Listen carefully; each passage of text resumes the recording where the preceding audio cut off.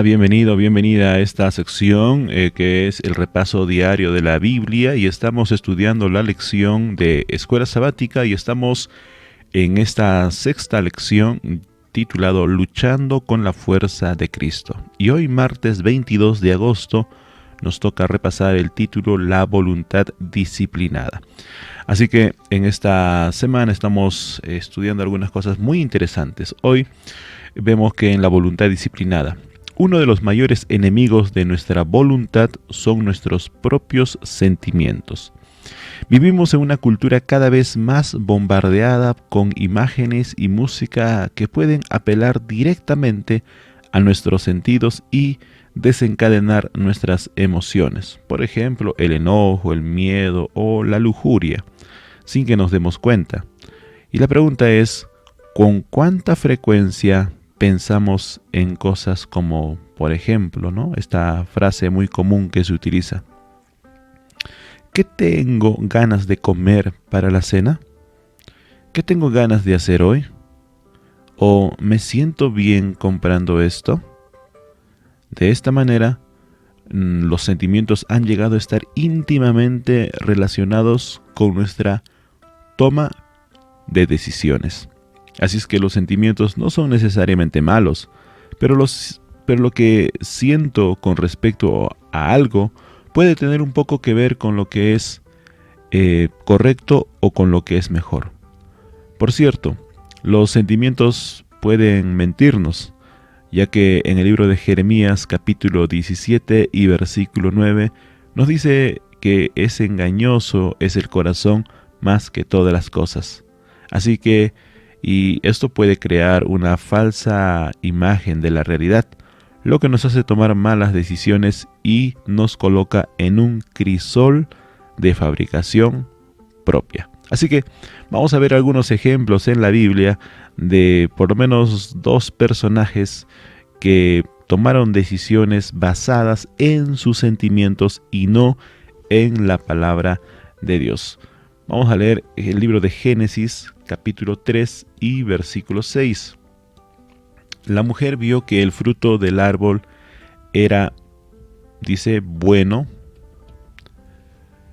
para comer y que además, nos dice la Escritura, que tenía un buen aspecto y era deseable para adquirir sabiduría.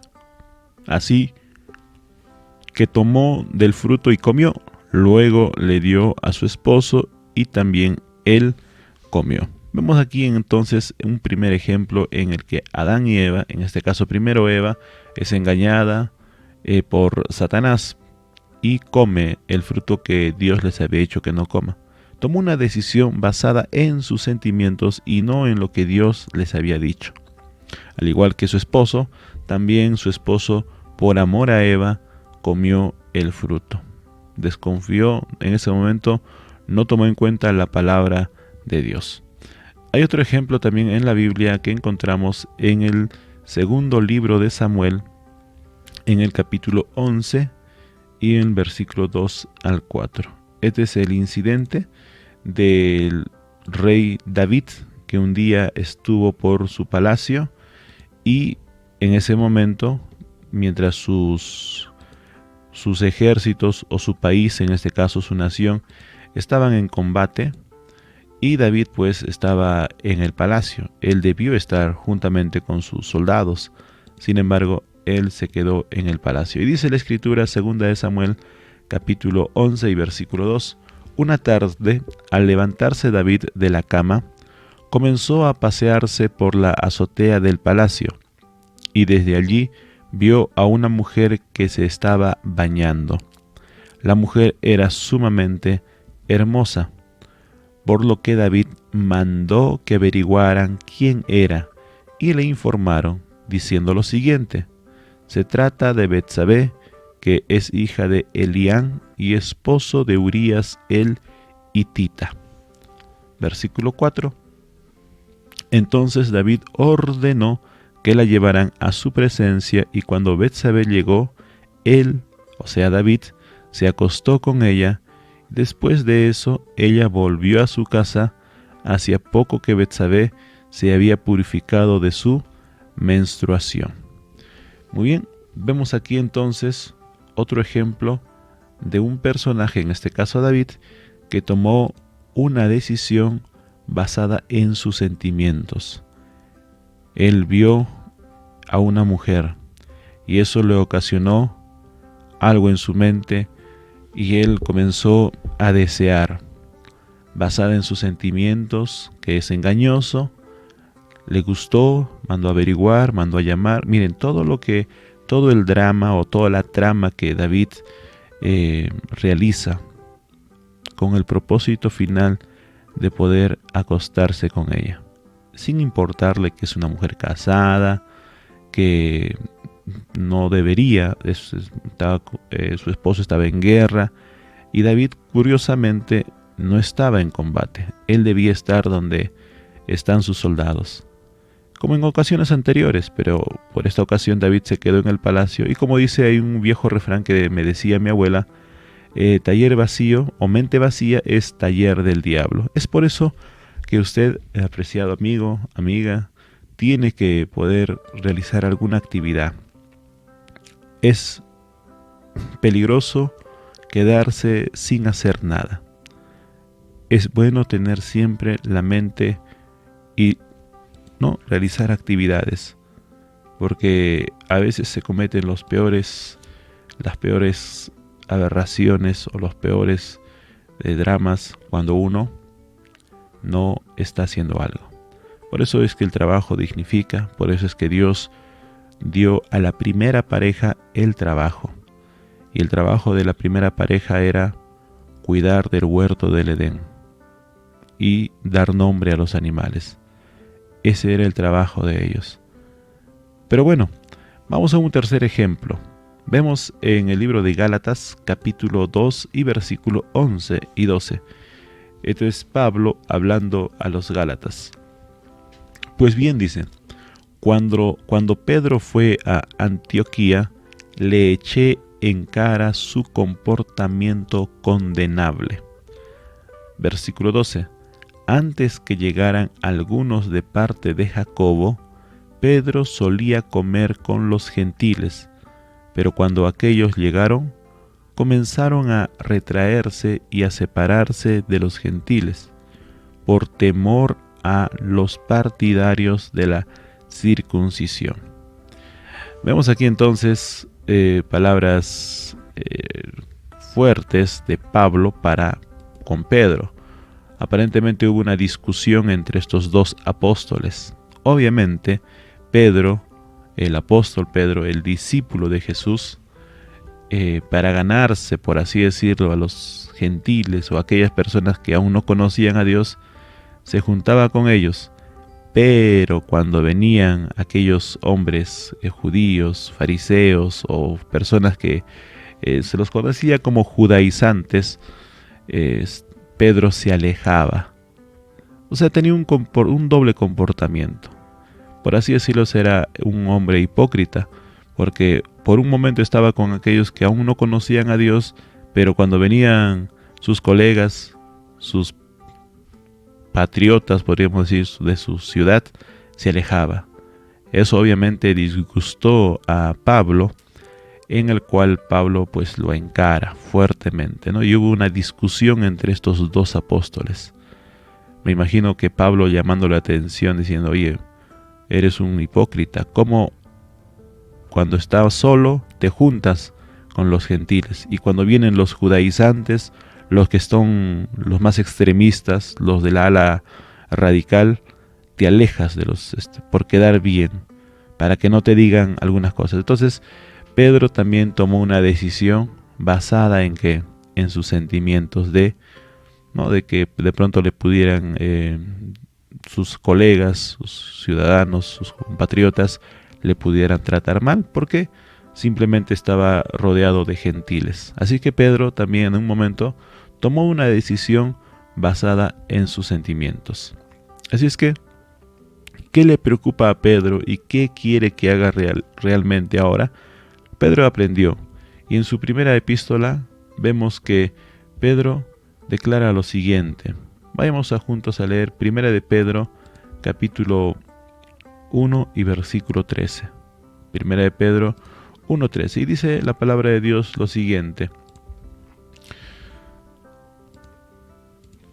por eso, dispónganse para actuar con inteligencia, tengan dominio propio, pongan su esperanza completamente en la gracia que se les dará cuando se revele Jesucristo. Pedro, años después, cuando escribió esta epístola, fue ya un hombre más maduro, condescendiente, y supo, ahora sí, con conocimiento de causa, escribir estas palabras para que ahora tú y yo podamos de alguna otra manera perseverar. Dispónganse entonces para actuar con inteligencia. Y esta segunda palabra es muy importante. Tengan dominio propio. Dominio propio. Hoy hay mucha gente que puede tener grados académicos, pueden ser personas con muchos años de edad, pero que carecen de dominio propio. Quizás tú conoces a alguien que puede tener 2, 3 carreras profesionales, pero no tiene dominio propio. O quizás usted conoce una persona que aparentemente es ya mayor y tiene bastante experiencia, pero no tiene dominio propio. Pues Pedro nos dice, tenemos que actuar con inteligencia. Una cosa es inteligencia y otra cosa es tener dominio propio. El dominio propio se forja desde la infancia, incluso desde el vientre de nuestra madre, pero en los primeros años de vida, en los brazos de mamá, se aprende lo que es el dominio propio. Así que, si usted aún no tiene dominio propio, pida a Dios para que le ayude a tener un dominio, a controlar esa lengua, el carácter, quizás las actitudes, la conducta que usted tiene, en fin. Todo eso conforman el dominio propio, saber decir no cuando es necesario. Así que, y finalmente Pedro dice, pongan su esperanza completamente en la gracia que se les dará cuando se revele Jesucristo. Así que, apreciado amigo, amiga, hay esperanza, porque Pedro comprendió que la mente es el timón del cuerpo, que controlamos. Si quitamos el control de la mente, seremos controlados por cualquier sentimiento que se nos presente. Imagínate caminando por un sendero estrecho hasta la casa del pastor. A lo largo del camino hay muchos senderos que conducen a diferentes direcciones. Algunas de estas sendas dirigen a lugares que no querríamos visitar. Otros senderos parecen tentadores, apelan a nuestros sentimientos, emociones y deseos. Sin embargo, si tomáramos alguno de ellos, nos saldríamos del camino correcto e iríamos en un camino del que podría ser extremadamente difícil salir. Así que, apreciado amigo, cuán importante es mantener nuestra mente, tener la mente en Cristo Jesús, y de esa manera evitar caer y tropezar. Así que, sin embargo, cuando uno está en Cristo Jesús, puede caer, pero en el nombre del Señor Jesús te levantarás. Así que la pregunta para hoy es, ¿qué decisiones importantes enfrentas? Y ahí tú mismo puedes responder aquí en la caja de comentarios, ¿cómo puedo saber si baso mis decisiones en sentimientos, emociones o deseos y no en la palabra de Dios? Es una pregunta muy interesante y responde ahí honestamente. ¿Cómo puedes saber que la decisión que estás tomando no está basada en sentimientos, emociones o deseos? A ver. Y leemos la pregunta o la respuesta del día de ayer. A nuestra amiga Elcira Honorio nos dice, la pregunta de ayer era muy importante, muy interesante. La pregunta era, ¿tienes alguna experiencia con el tipo de luchas de las que habla Pablo? Y nuestra amiga Elcira Honorio nos dice, como cristianos tenemos luchas y pruebas. Tenemos a un Dios poderoso que nos ayuda a ser vencedores. En esta lucha del bien y del mal, uniendo nuestras fuerzas, Dios y nosotros, siempre cuando dejemos obrar a Dios y su Santo Espíritu en nuestra vida con nuestra comunión diaria. Así que, así como Elcira, tú también puedes dejar tus comentarios aquí abajo en la caja de comentarios y nosotros estaremos leyendo sus comentarios. Así que, amigos, como ya saben, todos los días estamos con el repaso de la lección de Escuela Sabática. Soy tu amigo Dan y deseo un día lleno de bendiciones y éxitos para este día martes. Que Dios te bendiga y nos acompañe en esta hora.